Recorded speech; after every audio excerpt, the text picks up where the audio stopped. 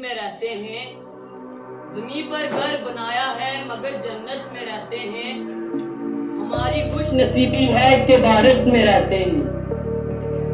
استمہاد صدر محفل، head master صاحب، استاذہ اکرام، طلباء و طالبات اور اس تقریر میں موجود معزز حاضرین اکرام، السلام علیکم۔ یہ میرے لیے فخر کی بات ہے کہ مجھے آپ جیسی شخصیت کے درمیان اس یوم آزادی کی تقریر میں کچھ کہنے کی سعادت حاصل ہوئی۔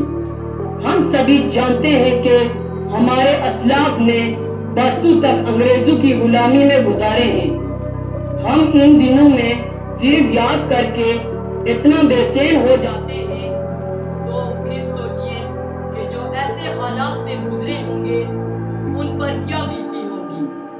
یاد کیجئے ایک وہ زمانہ تھا کہ جب ہم اپنی مرضی کی زندگی نہیں گزار سکتے تھے۔ ہمارے ملک کے کسان دن بھر انگریزوں کے حکموں کے مطابق کام کیا کرتے تھے۔ رات کو جب انہیں راحت ملتی تو اپنے کھیتوں میں ہل چلا لیا کرتے تھے۔ سوچئے وہ وقت کتنا تکلیف دہ رہا ہوگا۔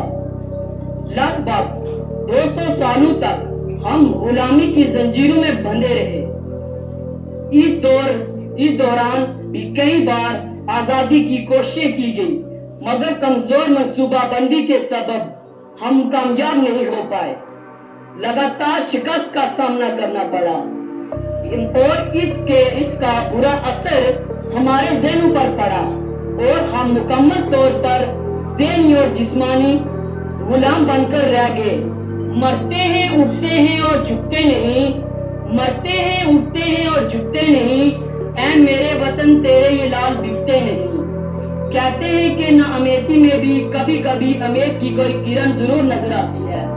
سالوں تک خاموش رہنے کے بعد ملک کے کچھ بڑے لیڈروں نے اس ناانصافی کے خلاف آواز بلند کرنا شروع کی۔ نتیجہ یہ ہوا کہ سوئے جذبات نے انگڑائی لی۔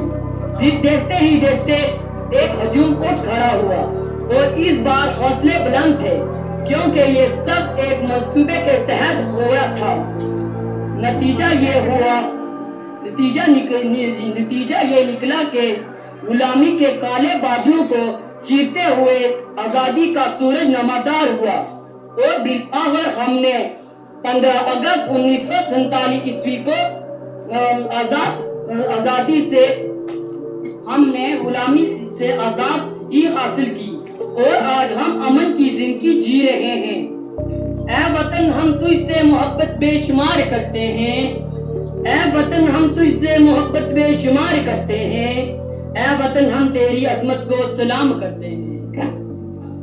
ہم اس دور میں نہیں تھے مگر ہم اس دور کے لوگوں کے دلوں کی کفایت کو محسوس کر سکتے ہیں، ان کے جذبات کو، ان کے احساسات کو ہم پڑھ سکتے ہیں۔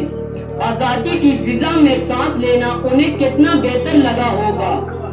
آج ہم اس دن کی یاد میں تقریر منا رہے ہیں تو آج ہم وعدہ کرتے ہیں کہ ہم سب اپنے ملک میں امن اور سلامتی فضا ہمیشہ قائم رکھیں گے اور پیار اور محبت کا پرچار کریں گے۔ آخر میں اس شعر کے ساتھ اپنی تقریر کو ختم کرنا چاہتا ہوں۔ ایک ہوئے تھے تو بنا تھا یہ ملک، ایک ہوئے تھے تو بنا تھا یہ ملک، ایک رہیں گے تو بچے گا یہ ملک۔ شکریہ، جے ہند، جے بھارت۔